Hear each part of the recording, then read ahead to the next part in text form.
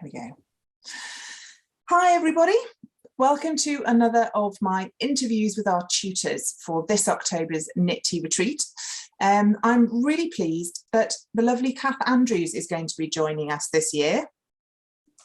Hi. Hello. She's based all the way up in North Wales, so unfortunately I couldn't go and sit next to her on her sofa like I have with Angela. So yes, Zoom is the best we can do. So thank you ever so much for taking the time to join us today. Do you want to just start by saying a little bit about who you are and what sort of crafter you are? Definitely. I am a knitter and I have been knitting since I was about 5. And as I'm next year going to have a very big birthday, that's 40 something years that I've been knitting for. And I also spin, been doing that for 2 years, and do bobbin lace and a little bit of crochet, but knitting is the big thing. And I started designing patterns as well about 12 years ago. Oh, fabulous. What spinning wheel have you got? It's an Ashford Joy 2. Oh, lovely. Yeah, so it folds up and goes away in a bag. Oh, yeah, the treadles flip up on that, don't they? Nice. It's brilliant because this room is where everything of my work stuff is in, and it's the smallest room of the house, as often is the case.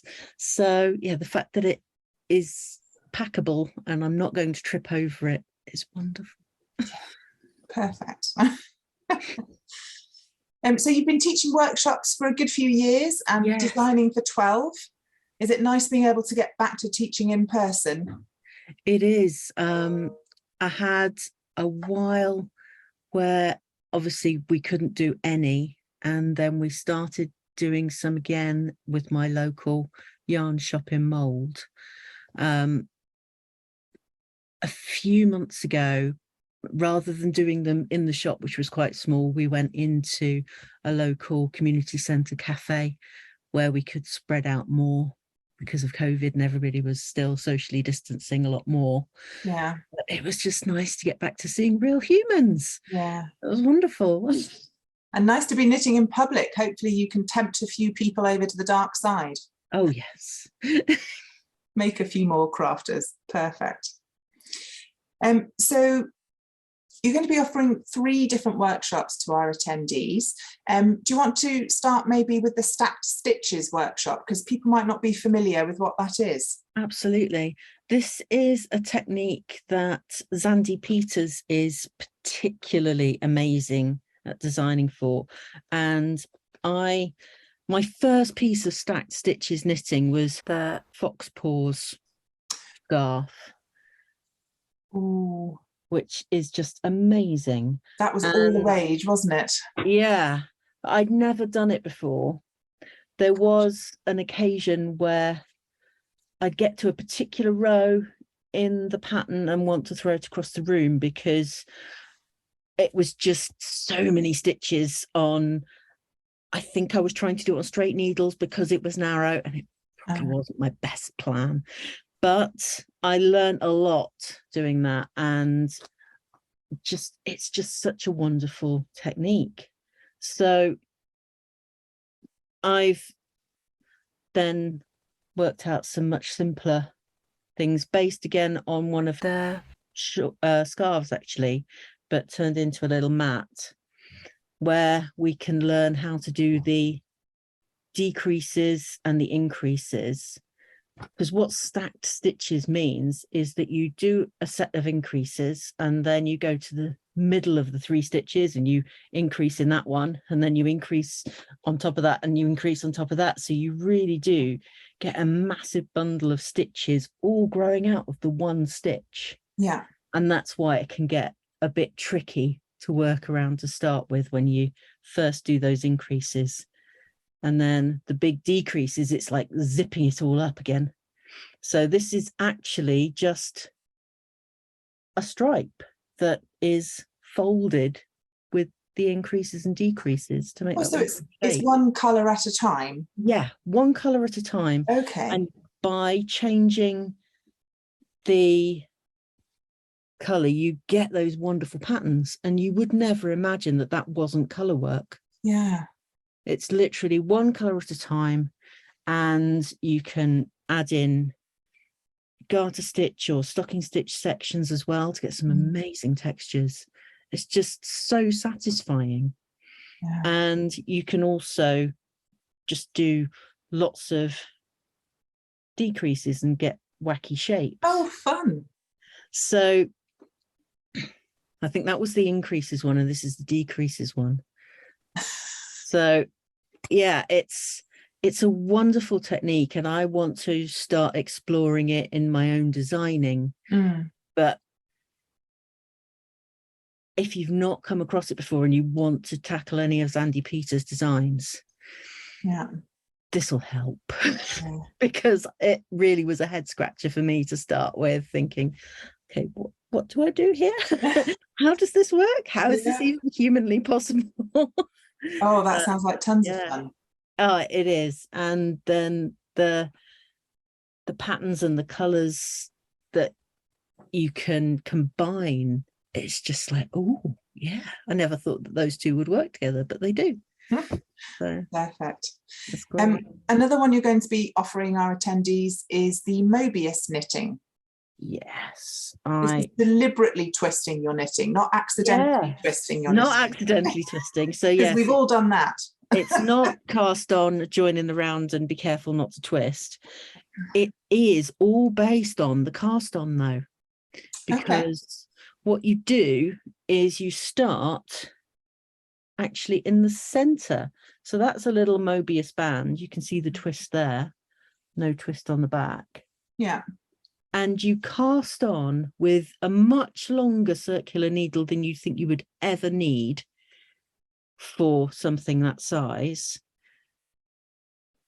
And the way the cast on works means that one round of knitting goes actually round this circumference twice, because you're doing the top half and then the bottom half of the Mobius. I know, it's a mind bender, but if you look at that dark blue edging, it's on both sides.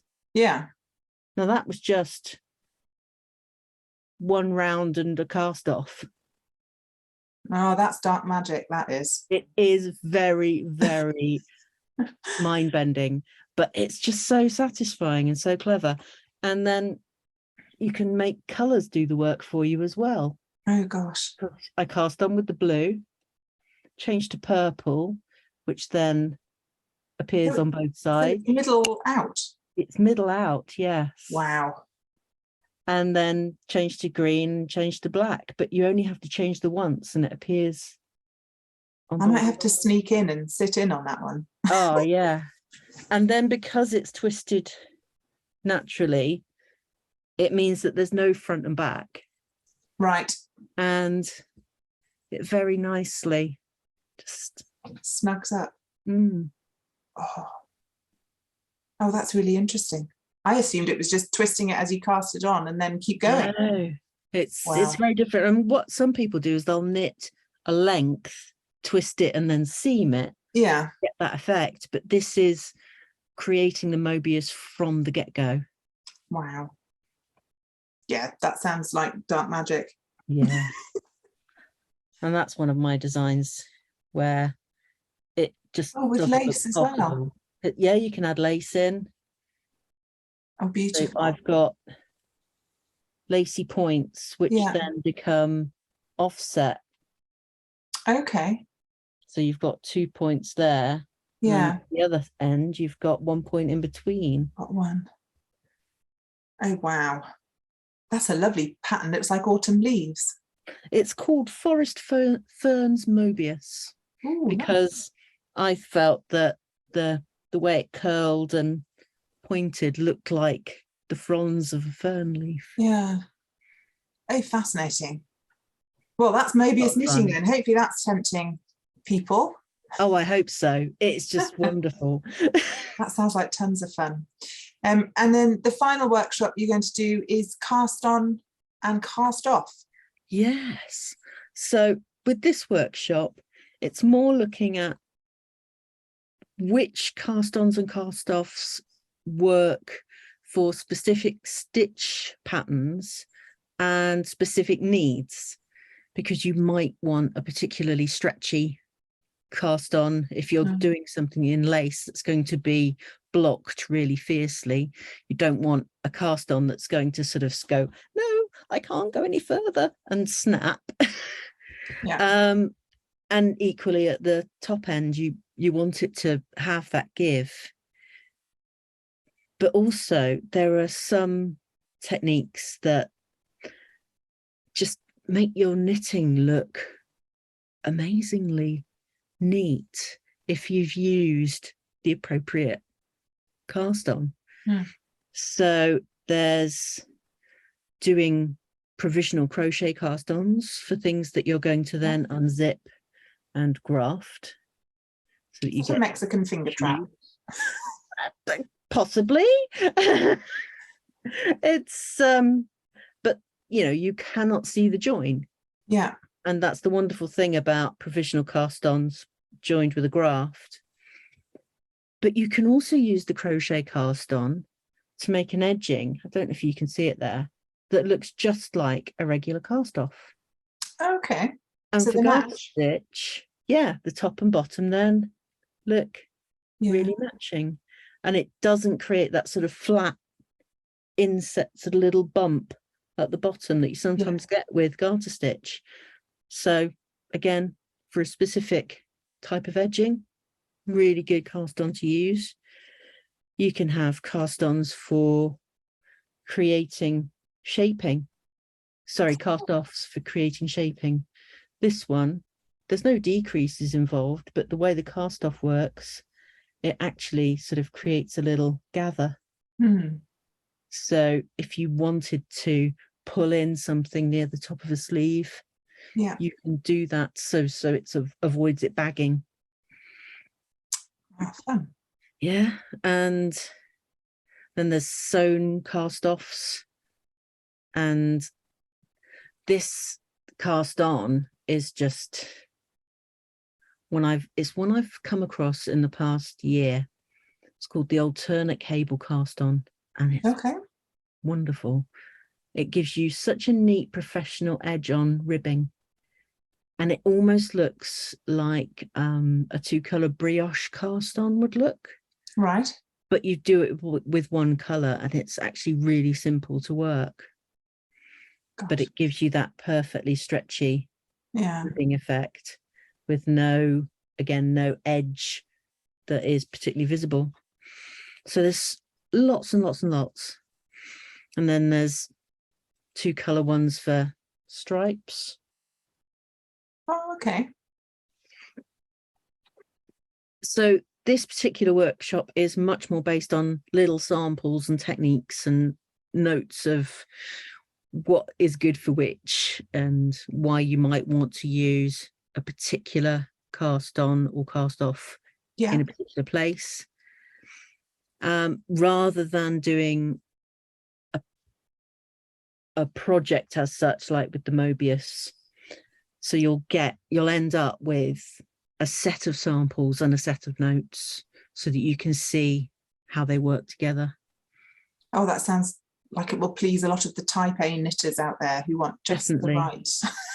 And what I try to do is pair up the cast on and cast offs for a particular stitch, or so that they work in the same kind of way, because usually that's what you'd need. And then of course, if you need to mix them up, you can. You absolutely can. Oh, and nice, you know, to have things to take away for your own little reference library. Yes. Just tuck them in a project bag, and then you can rifle back through them and pick the ones that you need to use.